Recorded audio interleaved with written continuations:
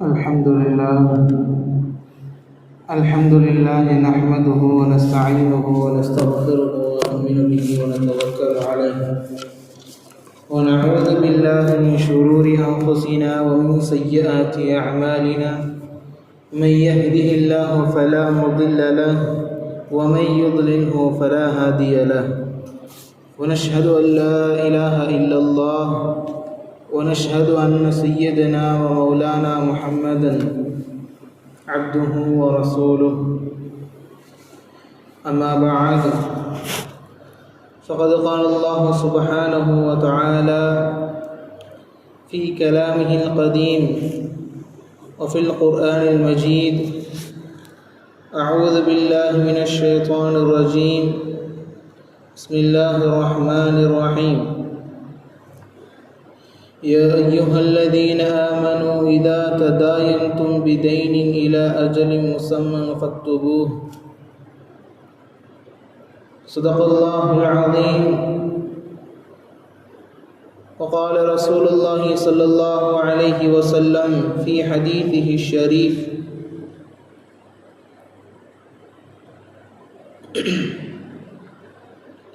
سئل الكبائر قال الإشراك بالله وعقوق الوالدين وقتل النفس وشهادة الزور صدق رسوله النبي الكريم எல்லா புகழும் எல்லாம் வல்ல அல்லாஹ் ஒருவனுக்கே உரித்தாகட்டுமாக.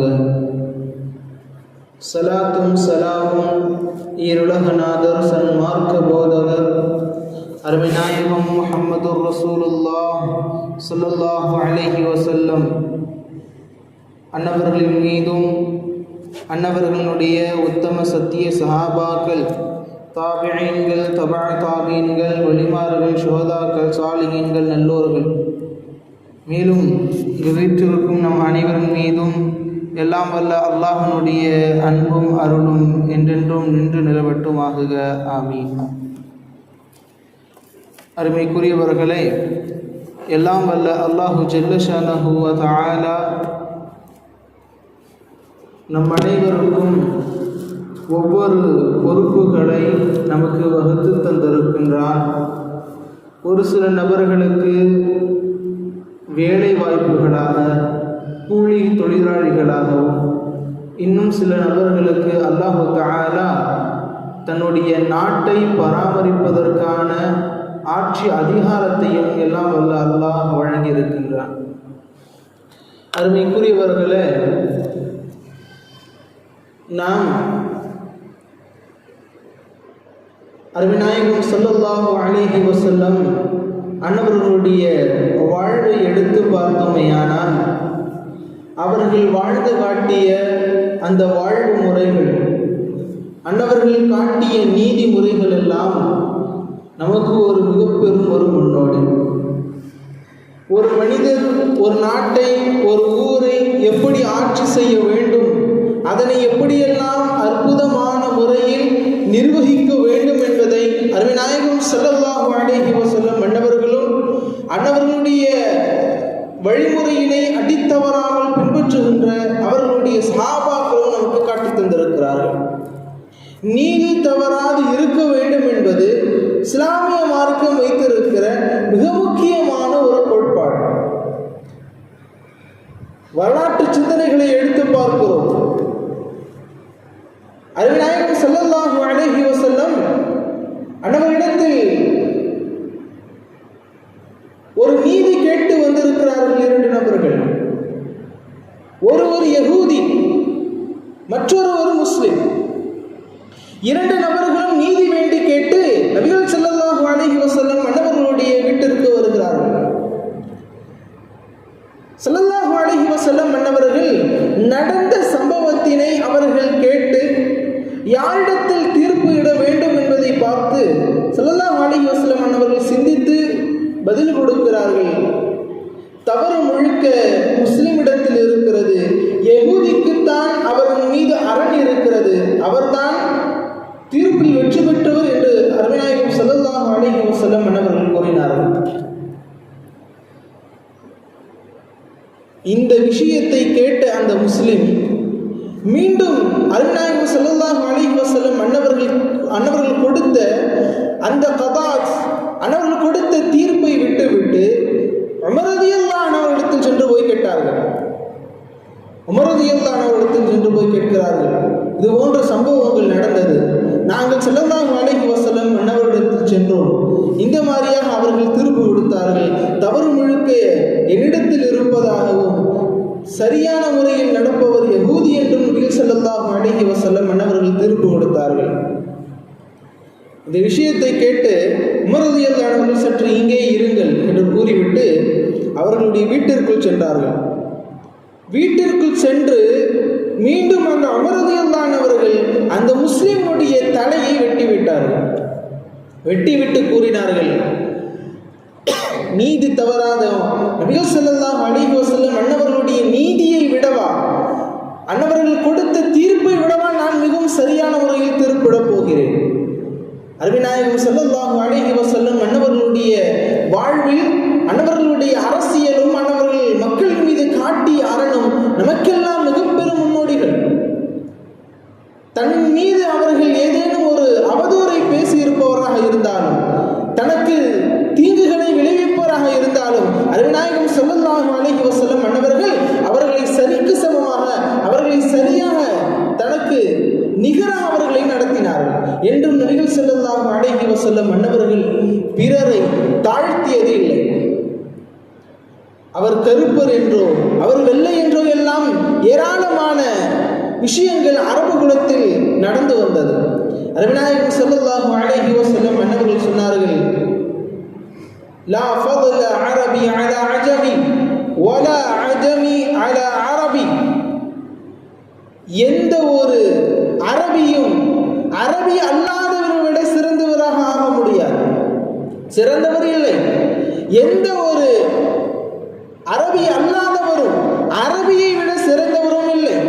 வெள்ளையர் கருப்பரை விடவும் சிறந்தவர் இல்லை, கருப்பர் வெள்ளையரை விடவும் சிறந்தவர் இல்லை. யார் சிறந்தவர்கள் என்றால் இரையச்சம் உடையவர்கள் தான் சிறந்தவர்கள் என்பதை நபிகள் ஸல்லல்லாஹு அலைஹி வஸல்லம் அன்னவர்கள் போதி காட்டினார்கள்.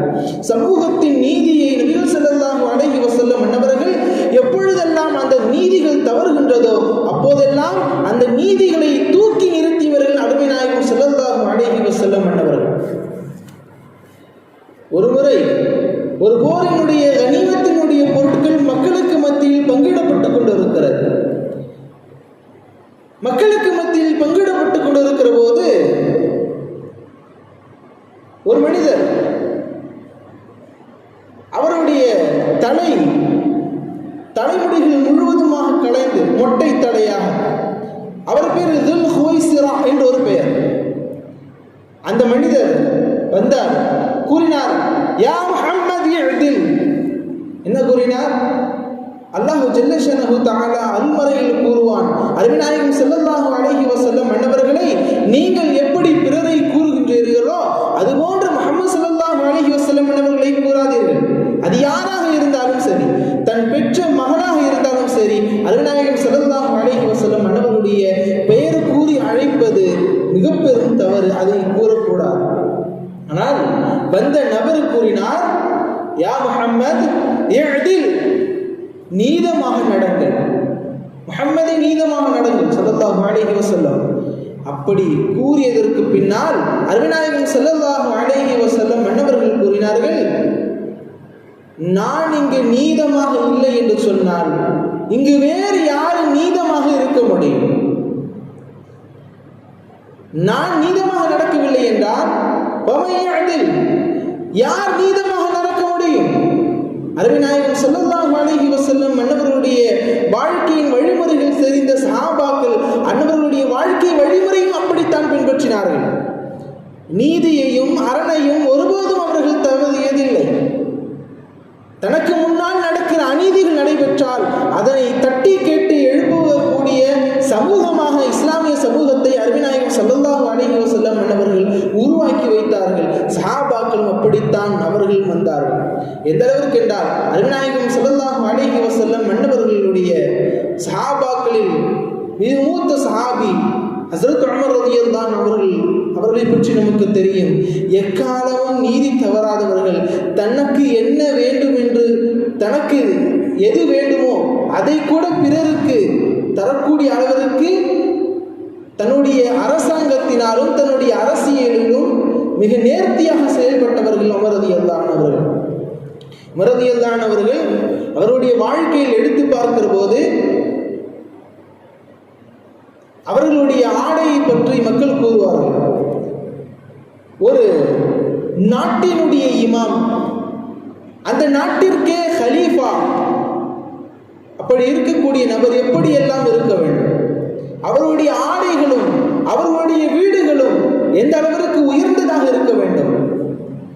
இல்லை, உமர் ரலியல்லாஹு அவர்கள் மிம்பரின் மேல் ஏறி என்று சொன்னால் அவர்களுடைய ஆடையில் பல ஒட்டுக்கள் இருக்கும். காரணம், புதிய ஆடைகள் வாங்கினால், புதிய ஆடைகளில் நாம் அணிந்து கொண்டோமையானால் எங்கே இவர் அவருடைய சம்பாத்தியத்தும் அல்லாமல் அவருடைய ஹிலாஃபத், அவருடைய இந்த அரசாட்சியை வைத்து அவர்கள் சம்பாதித்ததோ என்று மக்கள் எண்ணிவிடக் கூடாது என்பதற்காக அவர்கள் வைத்திருந்த அந்த ஆடையை கிழிந்தாலும் கூட மீண்டும் அதனை தைத்து கொண்டு அதனை போட்டு மக்களுக்கு மத்தியில் இமாமாகவும் இருந்தவர்கள் உமர் ரலியல்லாஹு அவர்கள். நபிநாயகம் ஸல்லல்லாஹு அலைஹி வஸல்லம் மன்னவர்கள் சொல்வார்களா இல்லையா, ஒரு நாட்டில் ஒரு இடத்தில் ஒரு ஆடு ஒன்று அதனுடைய தேவைக்கு ஏற்ப இல்லாமல் அது நோய்வாய்ப்பட்டு ஒரு ஆடு இறந்து கிடந்தாலும் அதற்கு பொறுப்பு அதனுடைய அரசாட்சி. அதில் யார் அரசாட்சியில் இருக்கிறார்களோ அவர்கள்தான். நபிநாயகம் ஸல்லல்லாஹு அலைஹி வஸல்லம் மன்னவர்களுடைய அந்த வழிகாட்டுதல் பேரில் உமர் ரலியல்லாஹு அவர்களும் மக்களுக்கு மத்தியில் நீதத்தை அவர்கள் போதித்தார்கள். எந்த அளவிற்கு என்று சொன்னால் உமர் ரலியல்லாஹு அவர்களும் சொல்லுவார்கள், குலில் ஹக்க வலவ் கான முர்ரா, நீங்கள் சத்தியத்தை மட்டுமே நிலைநாட்டுங்கள், சத்தியத்தை மட்டுமே உணருங்கள், அது எவ்வளவு கசப்பாக இருந்தாலும் சரி என்பார்கள்.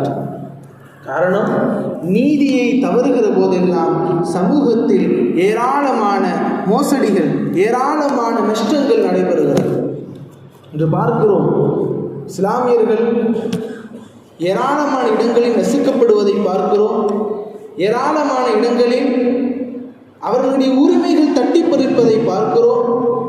இஸ்லாமியர்கள் மட்டுமல்ல, அவர்களுடைய மதத்தை சார்ந்தவர்களில் மிக கீழ் உள்ள சாதி உள்ளவர்களும் கூட நசுக்கப்படுவதை பார்க்கிறோம். சுமார் சில வருடங்களுக்கு முன்னால் நாம் பார்த்தோமேயானால் ஒவ்வொரு வருடத்திற்கும் ஏதேனும் ஒரு பிரச்சனைகள் முஸ்லிம் சமுதாயத்திற்கு மத்தியில்.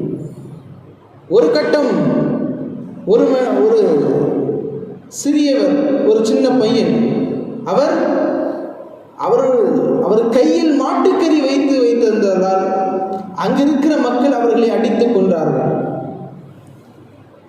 இன்னும் ஒரு கட்டம் சென்று பார்த்தோமேயானால் சிறுமிகள், ஒரு 3 வயது சிறுமி ஆசிஃபா என்ற ஒரு பெண்ணை, ஒரு சிறிய குழந்தையை எந்தவித பாரபட்சமும் இல்லாமல் இரக்க குணமற்றவர்களாக அந்த 3 வயது சிறுமியை அவர்களுடைய கோயிலில் கர்ப்ப அறையினுக்குள்ளே வைத்து அந்த பெண்ணை சித்திரவதை செய்தார்கள். அந்த சிறிய குழந்தையை மிக மோசமாக தாக்கியும் கொன்றார்கள். தீர்ப்பு என்ன? அவர்கள் தவறு செய்து விட்டார்கள் என்று அவர்கள் ஆஜராக்கப்படுகிறார்கள். அவர்கள் ஜெயிலுக்குள்ளே போடப்படுகிறார்கள். பின்னாட்களில் அவர்கள் சுதந்திரமானவர்களாக ஆகிவிடுகிறார்கள். மக்களுக்கு முன்னோடிகளாக ஆகிவிட்டு சென்று விடுகிறார்கள். இப்படி ஒவ்வொரு நாளமும் ஒவ்வொரு காலகட்டங்களிலும் ஏதாவது ஒரு சோதனைகளில் முஸ்லிம்களை சிக்க வைக்க வேண்டும், முஸ்லிம்களுக்கு அநீதியை அவர்கள் இழைக்க வேண்டும் என்பதற்காகவே ஏராளமான தயாரிப்புகளை தயாரித்துக் கொண்டு வருகிறார்கள். ஒரு 2-3 வருடங்களுக்கு முன்னால், சென்ற வருடங்கள் கூட நாம் பார்க்க முடியும், CAA, NRF போன்ற ஏராளமான விஷயங்களை கொண்டு முஸ்லிம்களை தந்த இந்தியாவினுடைய நாட்டை விட்டு அவர்களை வெளியேற்ற வேண்டும் என்பதற்காக திட்டமிடல். அவர்கள் இந்த ஊருக்கு சொந்தக்காரர்கள் இல்லை. இந்தியா இந்துக்களுக்கு மட்டுமே சொந்தமானது என்பதை அவர்கள் மிகவும் அழுத்தம் திருத்தமாக மக்களுக்கு மத்தியில் பகிரங்கமாக அவர்கள் கூறுகிறார்கள்.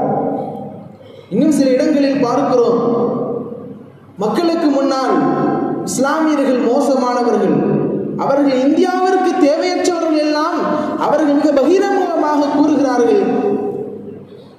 எந்த அளவிற்கு என்றால், மீண்டும் ஒரு பிரச்சனை என்னவென்றால் எஸ்ஐஆர் என்ற ஒரு செய்தி. அதில் என்ன, நம்முடைய உரிமைகளில் தட்டி பறிக்கக்கூடிய விஷயங்களில் ஒன்று. இன்று தேர்தல் ஆணையம் அறிவித்திருக்கிற அந்த எஸ்ஐஆர் ஒரு படிவம். அந்த படிவத்தில் நம்முடைய பெயர்கள் குறிப்பிட்டப்பட்டு இருக்கும். நாம் எந்த ஊர், நாம் எந்த தாலுகா, எந்தெந்த இடத்தில் இருக்கிறோம் எல்லாம் அதில் பதிவு செய்யப்பட்டு இருக்கும். நம்முடைய பழைய புகைப்படங்கள் அதிலே பொருத்தப்பட்டு இருக்கும். ஆனால் மீண்டும் அதனை அதில் தற்காலம் நாம் எப்படி இருக்கிறோமோ, நாம் எங்கே வசிக்கின்றோமோ, நம்முடைய ஆவணங்கள் உட்பட நாம் அதனை தெரிவிக்க வேண்டும்.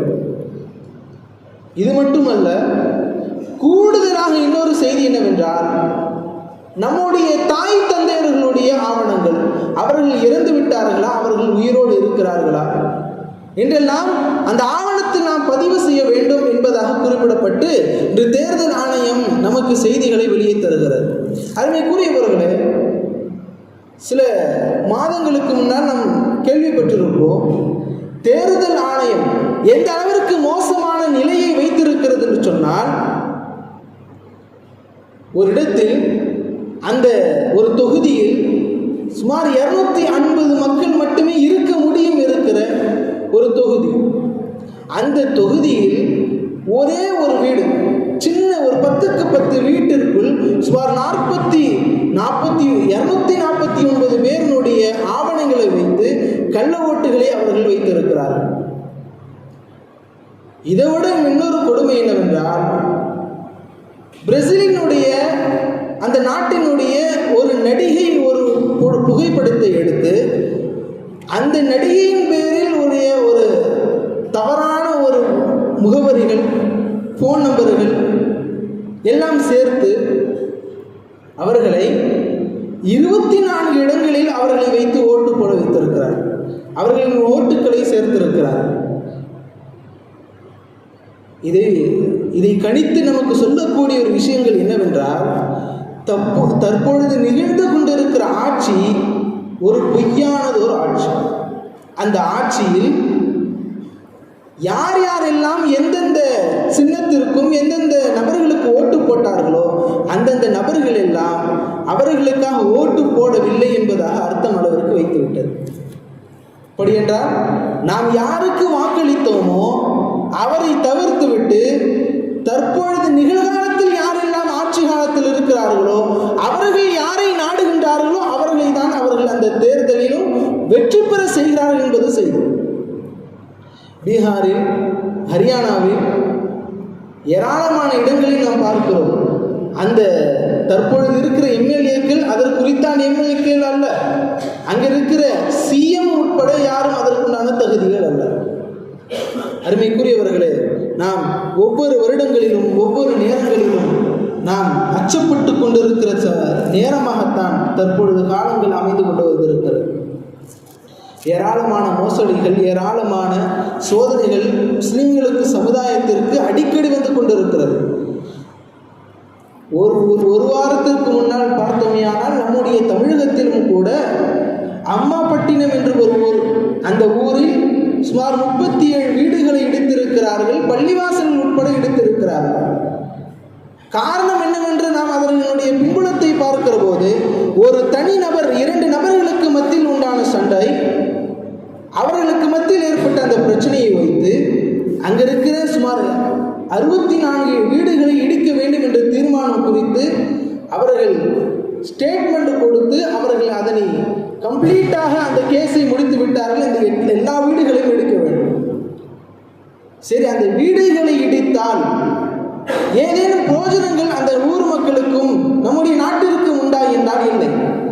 அது ஒட்டுமொத்த இடங்களும் சுமார் 60 ஆண்டுகளாக அப்படியே எந்தவித மாற்றங்களும் இல்லாமல் ஏன் இடித்தீர்கள் என்ற காரணத்தை கேட்கிற போது, இல்லை, இவர்கள் இங்கு பெரும் ஒரு குளம் இருந்தது, அந்த குளத்தை அவர்கள் மண்ணை போட்டு அடைத்து அதில் தான் இவர்கள் வீடு கட்டி இருக்கிறார்கள் என்ற செய்தியை கூறுகிறார்கள். இப்படி 60 ஆண்டு காலங்கள் கழித்து பேசுகிற தற்போதைய ஆட்சி நாம் சிந்திக்க வேண்டும். 60 ஆண்டு காலங்கள் 60 ஆண்டுக்கு முன்னால் அது குளமாக இருந்தது என்றால் அதை மறைத்து அவர்கள் அதற்கு மேல் அவர்கள் அபகரித்து வீடு கட்டினார்கள் என்றால் அங்கேதான் ரோடுகள் போட்டு கொண்டு வந்திருக்கிறார்கள், ரோடுகள் போட்டு கொடுத்திருக்கிறார்கள், அவர்கள் எலக்ட்ரிசிட்டியை கொடுத்திருக்கிறார்கள், அதற்குண்டான பில்லையும் தந்திருக்கிறார்கள். சரி, அங்க இருக்கிற குளங்களை அவர்கள் தூர்வாரி அவர்கள் சரியாக சீரமைத்து வைத்தார்கள் என்றால் இல்லை. அந்த ஊர்களில் சுற்று வட்டாரத்தில் இருக்கிற 4 குளங்கள் மிக மோசமானதாக இருக்கிறது. அதனை தூர்வாருவதற்கு எந்தவித பொறுப்பையும் ஏற்காத அரசாங்கம் எப்படியெல்லாம் தீர்ப்பளித்திருக்கிறது என்றால் அந்த ஒட்டுமொத்த வீடுகளையும் இடிக்க வேண்டும், பள்ளிவாசல் இடிக்க வேண்டும். அது தற்பொழுது 37 வீடுகளும் பள்ளிவாசல்களும் இடிக்கப்பட்டது. இன்னும் அதற்கு எதிரில் இருக்கிற 34 வீடுகளை இடிக்க அவர்கள் முயன்றிருக்கிறார்கள். அன்பிற்குரியவர்களை நாம் சிந்திக்க வேண்டும்.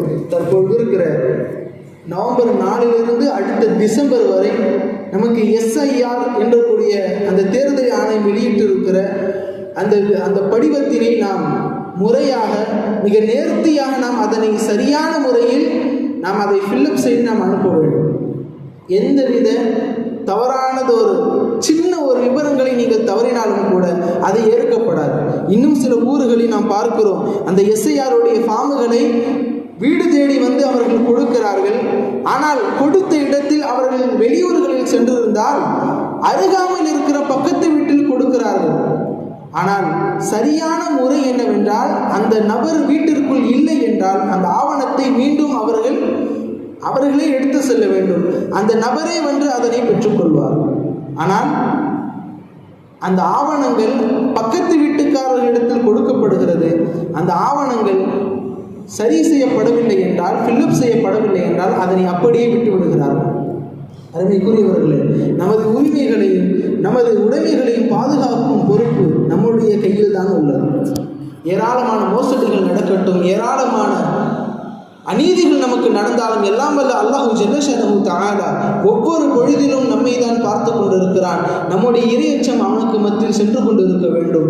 அருமைக்குரியவர்களே, SIR-உடைய ஃபார்முகளை நாம் நல்ல முறையில் ஃபில் பண்ணி அதை நல்ல முறையில் நாம் அப்ளை செய்வோம். எல்லாம் வல்ல அல்லாஹ் ஜல்ல ஷஅனஹு தஆலா வருங்காலத்தில் நமக்கு நீதியை வழங்குகிற சிறுபான்மை மக்களுக்கும் நீதியை வழங்குகிற நல்ல ஆட்சியினை எல்லாம் வல்ல அல்லாஹ் ஜல்ல ஷஅனஹு தஆலா தந்தர முடிவானாக.